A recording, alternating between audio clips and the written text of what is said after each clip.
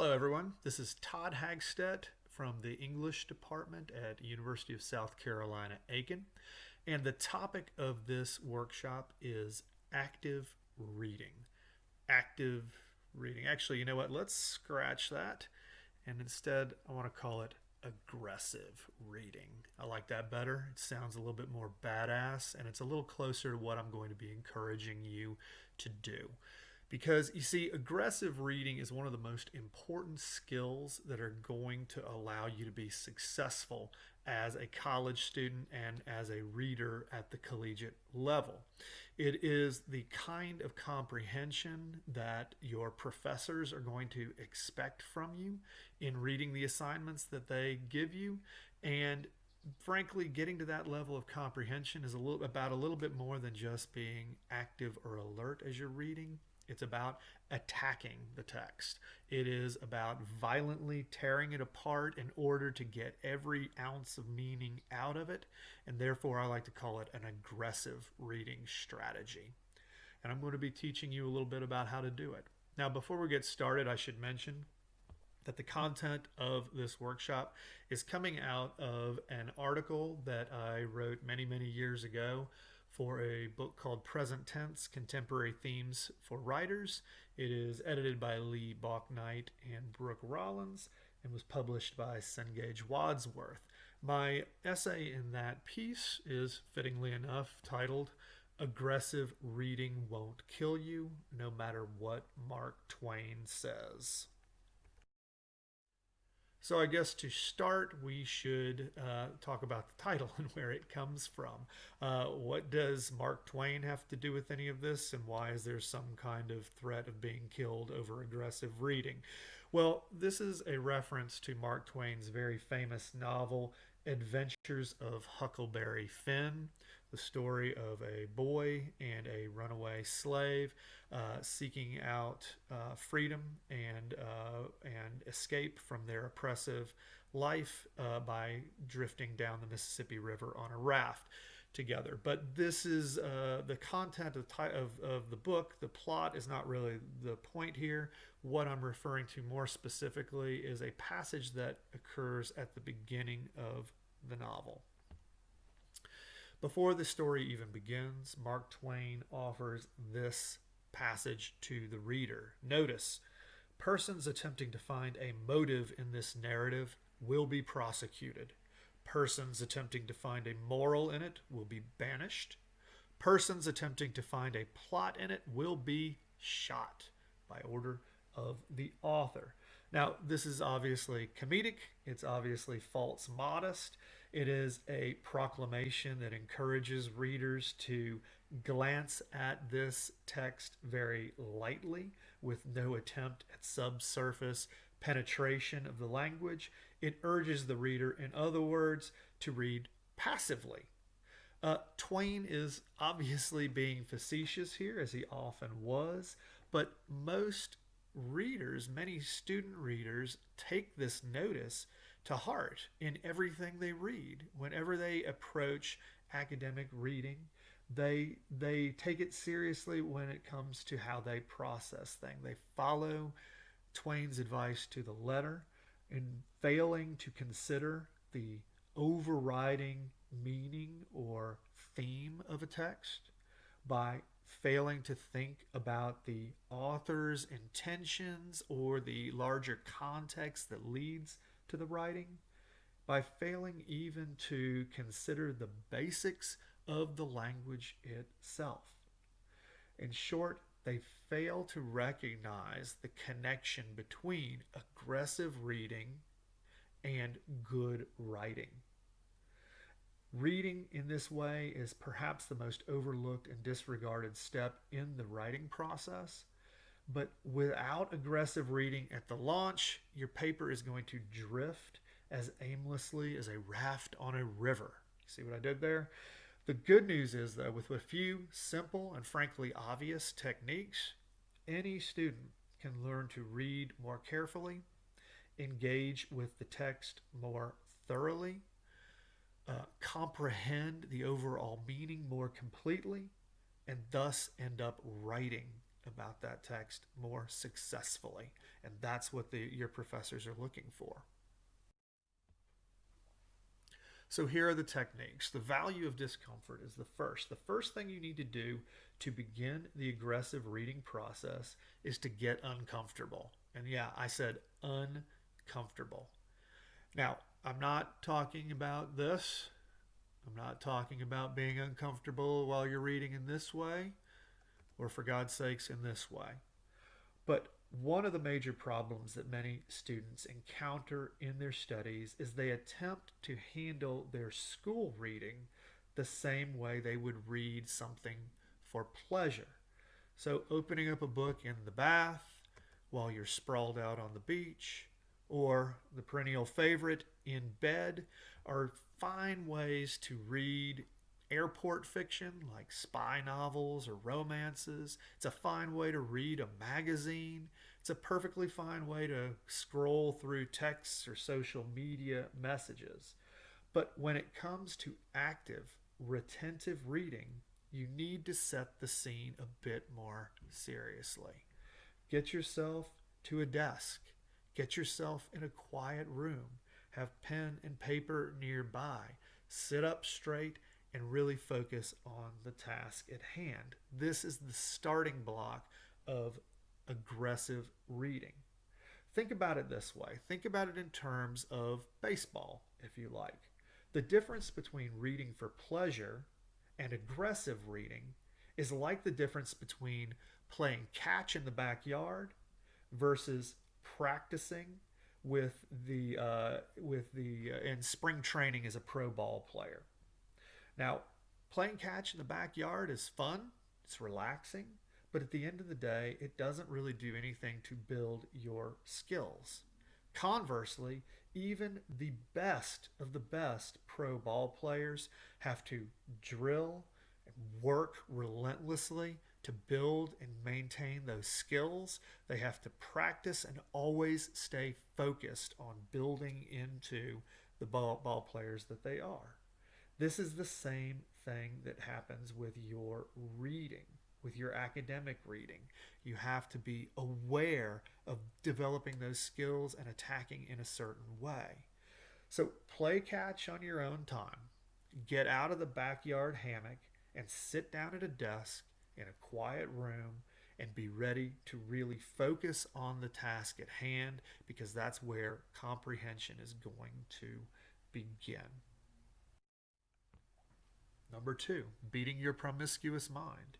Now, the focus that I referred to a moment ago is exactly what most inexperienced readers need, because it's very easy to get distracted while reading. In fact, it's actually a natural and understandable consequence of the reading process. Now, we've all had that experience where we are focused on something that we're reading, and as we begin to think through what we're looking at, we begin to drift. We begin to daydream until we go from one image to another, and we're all of a sudden far, far away from where we originally started, and we're no longer thinking about what we're reading. All of a sudden then we snap out of it, we wake up, and we realize that we have no idea what the last several pages that we were reading is really about. Now, as I said, reading gets your mind working. It stimulates your thinking. It's going to be natural that you're going to spin off into tangential directions like this. But the problem is you have to refocus. Think about it this way, perhaps. Reading is like Viagra for the imagination. It gets the blood flowing, it gets you focused on something, it gets you moving. But the problem is that being that mentally erect is going to lead to intellectual promiscuity. Aggressive reading is about learning to be monogamous. Just as it takes discipline for married people to stay home at night, you have to develop the discipline to keep your brain faithful to the task at hand. And that simply takes practice. So crank up that aggressive reading by not letting your daydreams control your comprehension of the text. As soon as you spin out of that daydream and back to the present, as soon as you wake up, go back to the last thing you remember reading and start over. And I know it sounds awful. You flip back 1 page, 2 page, 5 pages, 10 pages before you say, okay, I recognize something. It seems like a waste of time. It seems like it is unnecessary. But the fact of the matter is, it's not a waste of time because you haven't really read those 10 pages. They were just background noise to the thing that you were actually focused on. So stop believing in the virtue of plowing through a reading to the end and divest yourself of the idea that getting to the bottom of the page is somehow the finish line of the assignment. What you're going for in your aggressive reading is comprehension. When you understand what you've read, that's when you're finished. And so if you have daydreamed over some of those pages, you have to go back and read them again. You just do. Okay? Now, I'd like to put in a pitch for one other thing that's related.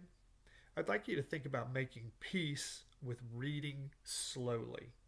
We're trained to believe that reading quickly is a sign of proficiency and intelligence, but speed reading isn't aggressive reading. So slow down, go back when you need to, and focus on really absorbing the material. Overall, the absorption that I'm referring to here is about confirming to yourself that you understand everything you've read, that you have followed along with the author every step of the way and internalized his or her arguments or themes. Now, the best way to accomplish that assurance is to take ample notes when you're reading, to annotate the material that you're looking at, and to look up anything that is unfamiliar to you. These are, steps that you all know about, but is important to do every time, even though it seems like it's a lot more work. Now, looking up unfamiliar things is a particular one that you need to think about, and vocabulary can be a tricky thing. We're all trained to be pretty good at interpreting so-called context clues. Most of us can glean a fairly good idea, or at least have words that we don't understand not too badly impact our understanding, because we just note how the word is being used in the sentence. But all words have different nuances that are more complicated than what a kind of simple deduction allows you to discern. So it's important to be able to understand the distinction between words. I'll give you an example. In the previous section, I used the word tangential. Now, you could probably figure out, if you don't know what this word means directly, that I meant something like irrelevant or inappropriate. Your mind goes off into tangential directions in terms of the daydreaming. But why did I choose that particular word instead of some synonym like divergent or peripheral or something like that? You have to know the subtleties of the definition to fully grasp the specific type of wandering mind that I'm suggesting. In this case, it's a tangent. It's a math term where we can think about the blue curved line here being what you're reading, the arc of the narrative, the arc of the argument. And the tangent is the black line that, interestingly, goes right along with the main thread for a ways, but then spins off into its own direction. So understanding that the tangent is part of that reading process before it becomes inappropriate is at the heart of what I meant with that word. Having a grasp of that helps you understand the process of what you're reading better. You need to think in terms of allusions, those references that writers are always making to things like Bible stories or mythology or pieces of history or even pop cultural references. If you don't know what the reference is to, then no matter how effectively you read those context clues, you're not going to fully grasp the writer's point. For example, I was recently reading a political article, and in it, the author suggested that people who are critical of the president ought to spend an evening with the sword of Damocles before they're too harsh in their criticism. Now, you can probably understand the general idea that the author is kind of condemning those critics and tacitly supporting the president. But without knowing the full Greek story of that Sicilian blowhard, you're not going to know the specific nature of the writer's criticism. In case you're interested, Damocles was somebody who was very vocal about his criticisms of the king, thought he lived an opulent and privileged lifestyle. The king, getting word of that, invited Damocles over to dinner, laid out a lavish feast in front of him, but over Damocles' chair, he dangled a sword by a very thin thread, always in danger of falling down upon him. The point that the king was making was that, yes, being in a privileged position has certain advantages, but it also comes with certain dangers and responsibilities. And before criticizing, you should know both of those. So, the point is, never simply read right past elements you don't understand. Everything in a text is there for a conscious reason. The writer chose it for a reason. Your job as an aggressive reader is to decode the vocabulary and the allusions that you encounter. So be prepared to do all of your reading with a dictionary, or at least a cell phone with dictionary.com on it, and an encyclopedia or Wikipedia, more likely, close at hand. Now, there's more to engaging with the text than simply eliminating your passivity in the ways we've just described. Besides being diligent in incorporating writing and research into your common reading habit, you also have to be willing to accept the mental challenges that a text presents. Now, written communication is a really interesting thing that we don't really think about enough. It's a process in which a writer is able literally to directly transfer thoughts into your head as the reader. It's pretty magical, but the step that's missing sometimes is where you fire back. There are different levels to comprehension. First is mere understanding. This is the level that a lot of students who do not engage aggressive reading processes seem to fail. You don't even get what the author is saying. But once you do understand it, the next thing you need to do is application. Apply it to the larger context of the field that it comes out of. Understanding how the claims in this piece or the elements of this writing that you now understand fit into the larger narrative. But once you've done that, then you have to recognize the consequences of thinking in that way. You have to be willing to apply them in a larger frame. So what you need to do is to not simply accept everything you read. Question the material. Challenge the essay writer's argument. Doubt a character's motivation. Criticize a poem's theme. Only by bringing your own reader's perspective into the text will you be able to fully internalize it. It's an important step in which you become actively engaged in the development of knowledge. Consider, for if you will, the theatrical world, where there is an imaginary wall that separates the performers from the audience. This fourth wall, which is distinct from the three walls that make up the play set, maintains the distance between the real world of the audience and the imaginary world of the drama. But some playwrights, some writers like to violate this separation by having the actors break the fourth wall and speak directly to the audience. Famously, in many of his comedies, William Shakespeare was fond of doing breaking of the fourth wall. Perhaps more famous even than Shakespeare, though, is Deadpool's capacity to do so. The purpose of breaking that wall is to get the audience members more involved in the action, to wrestle them out of their passive enjoyment of the work and make them active participants. You have to do the same thing with your reading. It's not enough to simply read a text. You have to interact with it and thereby become an aggressive contributor to it. Redundancy, repetition, rereading. The final step in the aggressive reading process is the simplest to understand, but perhaps the most painful to do. You simply have to do it all over again. No matter how accomplished a reader you are unlikely to fully understand a text after the first time you read it. The only way to guarantee that you have aggressively read it and adopted it is to read it again and do the process all over again. Now, speaking out of the common readings of an English department, I would argue that most short stories are going to have to be read 3 times minimum before you fully understand them. When you're looking at nonfiction essays or works, 5 times are going to be needed before you grasp all the meaning. And if you're reading poetry, oh boy, 10 times.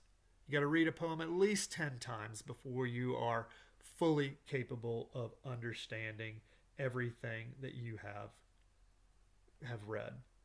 Now, I know it sounds superfluous and painful, but nobody ever said that aggressive reading was easy. This kind of comprehension is hard won. And frankly, if it was easy, everyone would do it.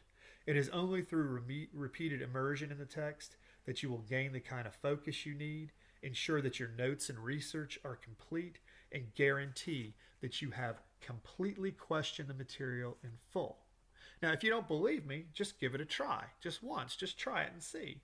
You've got some homework tonight, I'm sure. Some professor has assigned you something to read. Once you're finished, read it again. See if there isn't something that you missed the first time, that you don't grasp better the second time. I guarantee you it'll be true. Go ahead, read it again, give it a try. I dare you. And at the end of the day, I think that word dare is the most important for understanding Mark Twain's notice at the beginning of The Adventures of Huckleberry Finn. I think that what he advocates there is not some kind of restriction on how to read his work, but rather a dare. He is not encouraging readers to approach his work passively, but rather challenging them to read it aggressively in that sort of reverse psychological way that he does. Because anyone who's ever read even a few pages of Twain's novel can readily discern the author's mastery of language within it. They can see the deep thematic importance to the story that he tells. And they can see the socio-political ambition that lies behind Huck and Jim's journey. Twain is imploring you not to haphazardly miss those things in his text. And so am I in all the text you read. Because ultimately, aggressive reading leads to proficient writing. And proficient writing is what gets you A's in your classes. So, apply the aggressive reading principles. Get uncomfortable. Stay focused.